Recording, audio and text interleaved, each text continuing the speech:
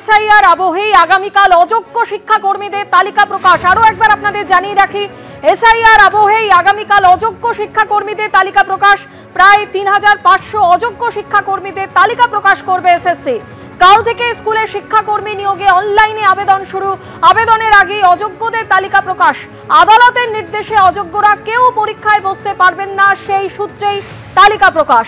আরো বিস্তারিত জানতে এই মুহূর্তে কথা বলবো, টেলিফোনে রয়েছেন আমাদের প্রতিনিধি কৃষ্ণেন্দু অধিকারী। কৃষ্ণেন্দু, আবেদনের আগে অযোগ্যদের তালিকা প্রকাশ, আদালতের নির্দেশে ঠিক কি জানতে পারছো? আগামীকালই সেই তালিকা প্রকাশ করা হবে।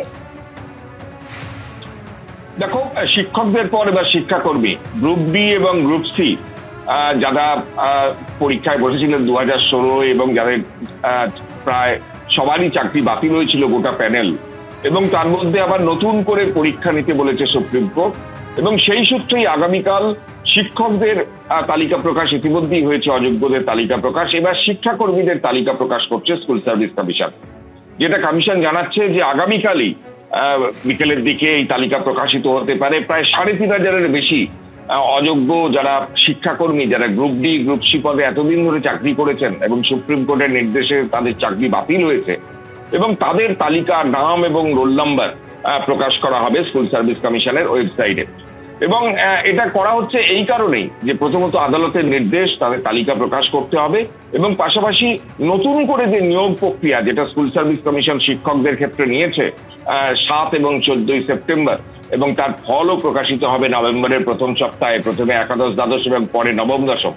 সেই নতুন করে শিক্ষাকর্মী নিয়োগের একটা পরীক্ষা স্কুল সার্ভিস কমিশন নেবে, এবং সেই যে পরীক্ষার যে আবেদন, অনলাইন আবেদন, সেটাও কাল থেকে শুরু হচ্ছে। এবং শিক্ষাকর্মী নিয়োগের পরীক্ষায় যারা আবেদন করতে চান তারা আগামীকাল থেকে অর্থাৎ 3 নভেম্বর থেকে সেই আবেদন অনলাইনে করবেন, এবং 1 মাস ধরে 3 ডিসেম্বর পর্যন্ত সেই আবেদন অনলাইনে নেওয়া যাবে। সুতরাং অনলাইনে আবেদন করার আগেই এই অযোগ্যদের তালিকা প্রকাশ করছে স্কুল সার্ভিস কমিশন। কারণ এটা স্পষ্ট করে দেওয়া হচ্ছে সুপ্রিম কোর্ট থেকে, শিক্ষকদের যেমন শিক্ষাকর্মীদেরও তেমন কোনো রকম অযোগ্য যেন এই পরীক্ষায় নতুন করে বসতে না পারে। তুমি জানো যে 31 ডিসেম্বর পর্যন্ত এই শিক্ষকদের চাকরিতে বহাল রাখা হয়েছে, কিন্তু তার মধ্যে সমস্ত পরীক্ষার নিয়োগপত্র সম্পন্ন করার ক্ষেত্রে বলা হয়েছে। কিন্তু শিক্ষাকর্মীদের ক্ষেত্রে কিন্তু সেই নির্দেশ বলবৎ হয়নি। যাদের চাকরি বাতিল হয়েছে তাদের নতুন করে আর সংস্থান হয়নি কর্মক্ষেত্রে, এবং পাশাপাশি সরকারের তরফ থেকে তাদের যে ভাতা দেওয়ারও ব্যবস্থা করা হয়েছিল সেটা পর্যন্ত স্থগিতাদেশ এসেছে কোর্ট থেকে। এই প্রেক্ষাপটে নতুন করে পরীক্ষা নেওয়ার সিদ্ধান্ত নিয়েছে স্কুল সার্ভিস কমিশন, এবং আগামীকাল সেই পরীক্ষারই আবেদনপত্র অনলাইনে নেওয়া শুরু হবে, 1 মাস চলবে, এবং সেই অনলাইন আবেদনে যাতে কোনো অযোগ্য যাতে সেই পরীক্ষায় আবেদন করতে না পারে তার জন্য অযোগ্যদের তালিকাটা প্রকাশ্যে আসা প্রয়োজন, এবং সেই সূত্রেই আদালতের নির্দেশ মেনে স্কুল সার্ভিস কমিশন অযোগ্যদের তালিকা প্রকাশ করছে। আগামীকালই সেই তালিকা প্রকাশ করা হবে স্কুল সার্ভিস কমিশন, এমনটাই জানাচ্ছে। কৃষ্ণেন্দু, তুমি আমাদের সঙ্গে থাকো, যে খবরের দিকে আমাদের নজর রয়েছে। এসআইআর আবহেই আগামীকাল অযোগ্য শিক্ষাকর্মীদের তালিকা প্রকাশ। প্রায় ৩৫০০ অযোগ্য শিক্ষাকর্মীদের তালিকা প্রকাশ করবে এসএসসি। কাল থেকে স্কুলে শিক্ষাকর্মী নিয়োগে অনলাইনে আবেদন শুরু, আর এই আবেদনের আগেই অযোগ্যদের তালিকা প্রকাশ।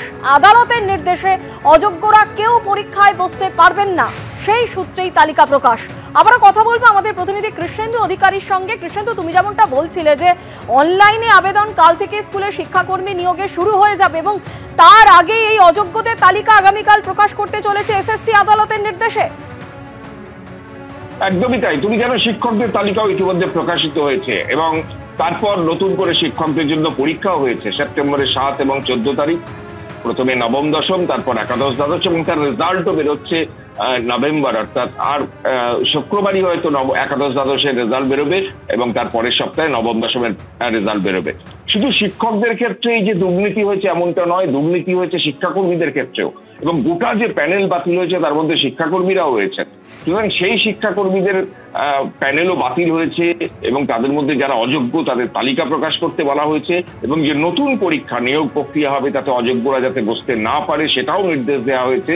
সুতরাং শিক্ষকদের সেই পরীক্ষা ব্যবস্থা সম্পন্ন হলেও, তার রেজাল্ট সামনে এলেও শিক্ষাকর্মীদের পরীক্ষা কিন্তু এখনো হয়নি। যদিও পরীক্ষার ডেট হয়নি, কিন্তু পরীক্ষার জন্য আবেদন আগামীকাল থেকে অনলাইনে শুরু হচ্ছে।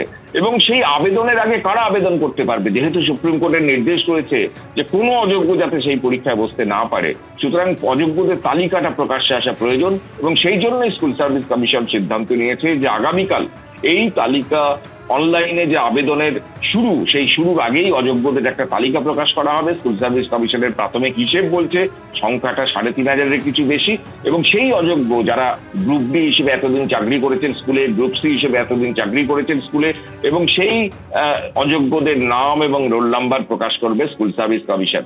তুমি জানো যে শিক্ষকদের ক্ষেত্রে 31 ডিসেম্বর পর্যন্ত তাদের চাকরির মেয়াদ থাকলেও শিক্ষাকর্মীদের ক্ষেত্রে কিন্তু এমন নির্দেশ দেওয়া হয়নি। কারণ পুরো প্যানেল বাতিল হয়েছিল, যোগ্য শিক্ষকরা ডিসেম্বর পর্যন্ত ক্লাস নিতে পারবেন বলে সুপ্রিম কোর্ট জানিয়েছিল, কিন্তু শিক্ষাকর্মীরা সেই সুযোগ পাননি। উল্টে রাজ্য সরকারের তরফ থেকে চাকরিহারা যারা গ্রুপ সি, তাদের 25,000 টাকা এবং গ্রুপ ডিদের ক্ষেত্রে 20,000 টাকা ভাতা দেওয়ার সিদ্ধান্ত নেওয়া হয়েছিল, কিন্তু সেটাও একটা স্থগিতাদেশ কলকাতা হাইকোর্টের তরফে দেওয়া হয়েছিল।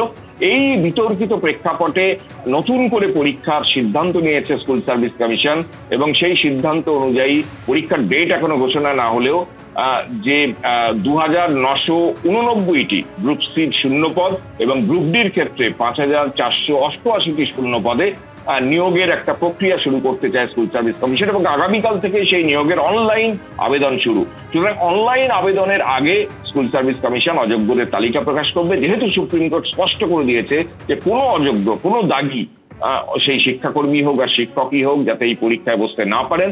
তাই পরীক্ষার আবেদনের আগে অযোগ্যদের তালিকা প্রকাশ করছে স্কুল সার্ভিস কমিশন, এবং স্কুল সার্ভিস কমিশন যেটা জানাচ্ছে যে আগামীকালই আবেদনের ঠিক আগে, অর্থাৎ পোর্টাল খোলার ঠিক আগে এই অযোগ্যদের তালিকা প্রকাশ্যে আনা হবে। কৃষ্ণেন্দু, তুমি আমাদের সঙ্গে থাকো। যে খবরের দিকে আমাদের নজর রয়েছে, এসআইআর আবহে আগামীকাল অযোগ্য শিক্ষাকর্মীদের তালিকা প্রকাশ। প্রায় ৩৫০০ অযোগ্য শিক্ষাকর্মীদের তালিকা প্রকাশ করবে এসএসসি। আইনজীবী বিকাশ রঞ্জন ভট্টাচার্য এই মুহূর্তে টেলিফোনে আমাদের সঙ্গে রয়েছেন। বিকাশ রঞ্জন বাবু, কাল থেকে স্কুলে শিক্ষাকর্মী নিয়োগে অনলাইনে আবেদন শুরু, আর এই আবেদনের আগেই অযোগ্যদের তালিকা প্রকাশ আদালতের নির্দেশে এসএসসি, কি বলবেন আপনি?